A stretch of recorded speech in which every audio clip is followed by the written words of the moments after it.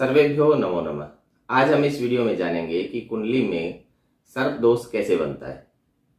अगर कुंडली नहीं है तो भी आप कैसे जान सकते हैं कि आपकी कुंडली में या आपके जीवन में सर्प दोष है या नहीं। और साथ ही इस वीडियो में हम अंत में यह भी जानेंगे कि सर्प दोष से बचने के क्या क्या उपाय किए जा सकते हैं। तो बिना समय व्यर्थ किए शुरू करते हैं। लेकिन आपसे अनुरोध है कि अगर आप वीडियो आपको अच्छी लगे तो इसे लाइक और शेयर करें और चैनल को सब्सक्राइब करें। सबसे पहले हम जानते हैं कि कुंडली में सर्प दोष बनता कैसे है। तो सबसे प्रचलित जो सर्प दोष है जिसे सभी आसानी से देख सकते हैं वह है काल सर्प दोष। यह कुंडली में जब बनता है जब सारे ग्रह राहु और केतु के बीच में आ जाए। अगर एक भी ग्रह राहु और केतु एक्सिस से बाहर हो तो यह दोष भंग हो जाता है, अर्थात काल सर्प दोष उसकी कुंडली में होता ही नहीं है। यह काल सर्प दोष कुंडली में अलग अलग तरीके से 12 प्रकार से बन सकता है। उसके लिए एक अलग वीडियो में बात करेंगे कि वो कैसे कैसे बनता है। लेकिन बनेगा तभी जब सभी ग्रह राहु और केतु के बीच में आ जाए। तो आज बस इतना जानते हैं। काल सर्प दोष का वर्णन वैसे तो ज्योतिष शास्त्र के किसी भी मूल ग्रंथ में नहीं है, लेकिन जिस किसी की भी कुंडली में यह योग होता है तो अमूमन ये देखा गया है, व्यवहार में ये देखा गया है कि उसका जीवन बहुत ही संघर्ष में हो जाता है। हालांकि ज्योतिष शास्त्र के मूर्धन्य ग्रंथ वृत्त पाराशर होरा शास्त्र में सर्प दोष का वर्णन आता है, जिसके होने पर संतान उत्पत्ति में बाधा आती है, ऐसा वृत्त पाराशर होरा शास्त्र में कहा गया है। आइए जानते हैं कि वे कौन कौन से योग हैं जो सर्प दोष उत्पन्न करते हैं। तो वृत्त पाराशर होरा शास्त्र में ये जो योग बताए गए हैं उनमें से पहला है पंचम भाव में अगर राहु हो और उस पर मंगल की दृष्टि हो तो सर्प दोष बनता है। पंचमेश के साथ राहु हो और पंचम भाव में स्थित शनि पर चंद्रमा की दृष्टि हो तो सर्प दोष बनता है। गुरु या लग्नेश राहु के साथ हो, पंचमेश बलहीन हो, लग्नेश मंगल के साथ हो तो सर्प दोष बनता है।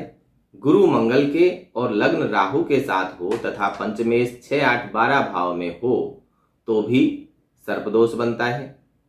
बुध पंचमेश होकर मंगल के नवांश में मंगल के साथ हो और लग्न में राहु और गुलिक हो तो भी सर्प दोष बनता है। पंचम भाव में मेष या वृश्चिक राशि हो और पंचमेश राहु या बुध के साथ या दृष्ट हो तो भी सर्प दोष बनता है। सूर्य, शनि, मंगल, राहु, बुध, बृहस्पति ये सभी पंचम भाव में हो तथा पंचमेश व लग्नेश निर्बल हो तो भी सर्प दोष बनता है। लग्नेश या बृहस्पति राहु के साथ तथा पंचमेश मंगल के साथ हो तो सर्प के शाप की वजह से संतान का अभाव होता है। तो ये सारी स्थितियां सर्प दोष की वृत्त पाराशर होरा शास्त्र में कही गई हैं।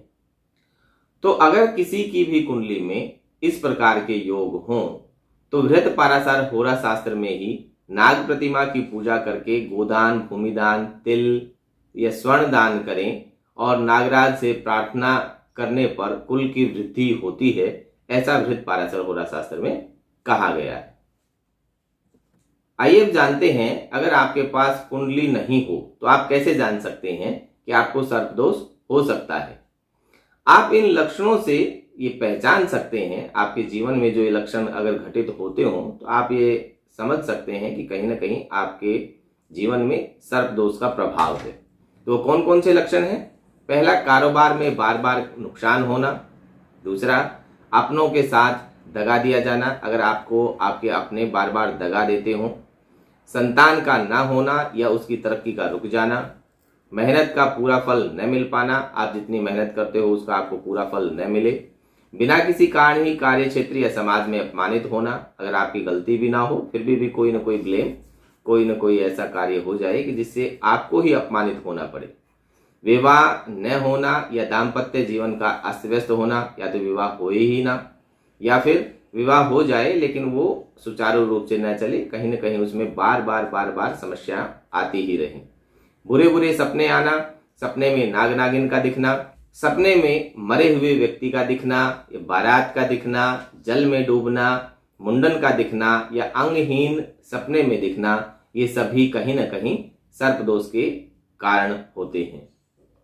तो अगर ये सारे लक्षण आपके जीवन में दिखाई दे तो आप ये मान लेना कहीं ना कहीं सर्प दोष आपके जीवन में विद्यमान है। आइए जानते हैं कि अगर आपकी कुंडली में सर्प दोष है तो क्या आप उपाय कर सकते हैं जिससे आपको हानि होने की बजाय लाभ हो। तो पहला उपाय है कि नाग पंचमी या शुक्ल पक्ष की पंचमी के दिन शिव मंदिर में जाएं, चांदी के नाग नागिन का जोड़ा चढ़ाएं, दूध मिश्रित जल से शिवलिंग का अभिषेक करें, तिल के तेल का दीपक जलाकर 21 माला राहु के मंत्र की और 21 माला केतु के मंत्र का जाप करें।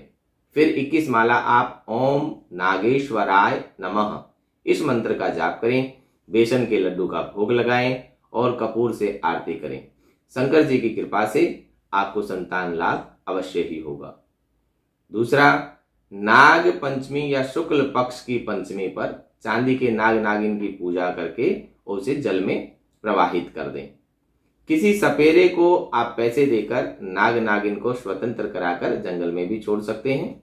ऐसे शिव मंदिर में जहां शिवलिंग पर नाग नहीं हो वहां तांबे का नाग प्रतिष्ठा करवाकर चढ़वा सकते हैं। इससे भी आपका सर्प दोष शांत हो जाएगा।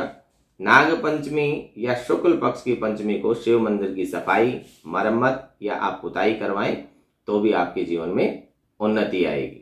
ओम नमः शिवाय का जप या हवन करें या करवाएं। इस प्रकार से ये उपाय करने पर आप सर्प दोष से बच सकते हैं। इससे होने वाले नुकसान को आप कम कर सकते हैं। सर्वेभ्यो नमो नमः।